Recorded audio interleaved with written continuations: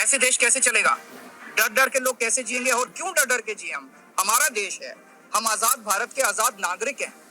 हम क्यों डर डर के जिए? पूरे देश को व्यापारी डरा हुआ है, किसान डरा हुआ है, मजदूर डरा हुआ है, नेता डरे हुए, सब लोगों को डरा के रखा है। जुडिशरी डरी हुई है, जज डरे हुए हैं, मीडिया वाले डरे हुए हैं, सबको धमकाते हैं ये लोग। सबको ईडी और सीबीआई और इनकम टैक्स की धमकी देते हैं लोग।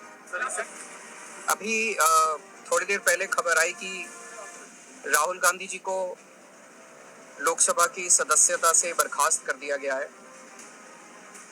जिस तरह से उन्हें उस मानहानि केस में फंसाया गया, मैक्सिमम सजा दी गई और 24 घंटे के अंदर उनकी लोकसभा की सदस्यता बर्खास्त कर दी गई,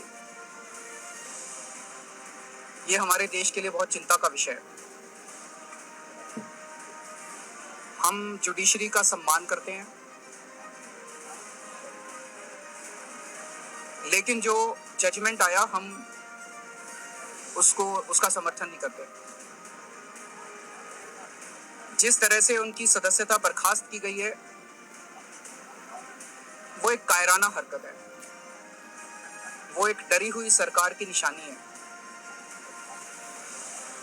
लेकिन देश के लिए पूरा आजकल देश के अंदर जो चल रहा है वो देश के लिए बहुत खतरनाक है।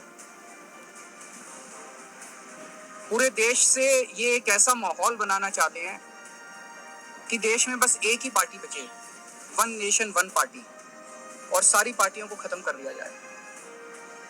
ये एक ऐसा माहौल बनाना चाहते हैं कि एक ही नेता बने, वन नेशन वन लीडर, बाकी सारे लीडर्स को खत्म कर दिया जाए। इसी को तो तानाशाही कहते हैं, इसी को तो डिक्टेटरशिप कहते हैं। पूरा देश ये देख रहा है। मैं देशवासियों से अपील करना चाहता हूं कि ये भारत हम सबका है, ये भारत 130 करोड़ लोगों का है। हम सब ने मिलकर आजादी की लड़ाई लड़ी थी, हमारे पुरखों ने आजादी की लड़ाई लड़ी थी, आजाद भारत को आजाद कराने के लिए। लेकिन आज की जो सरकार है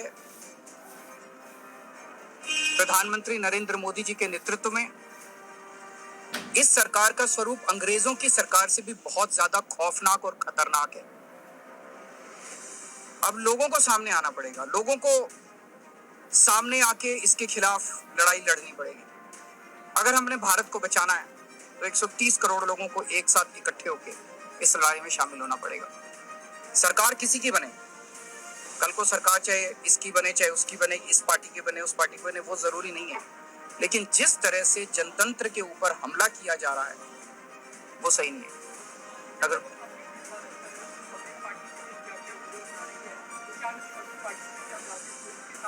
पार्टियां इंपॉर्टेंट नहीं है, मैंने कहा लोग इंपॉर्टेंट है।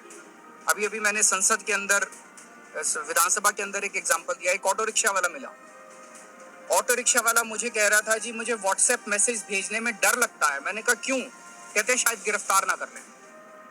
इस देश के अगर एक ऑटो रिक्शा वाले को व्हाट्सएप मैसेज भेजने में डर लगता है तो आपने 130 करोड़ लोगों को डरा के रखा हुआ है। ऐसे देश कैसे चलेगा? डर डर के लोग कैसे जिएंगे और क्यों डर डर के जिए हम? हमारा देश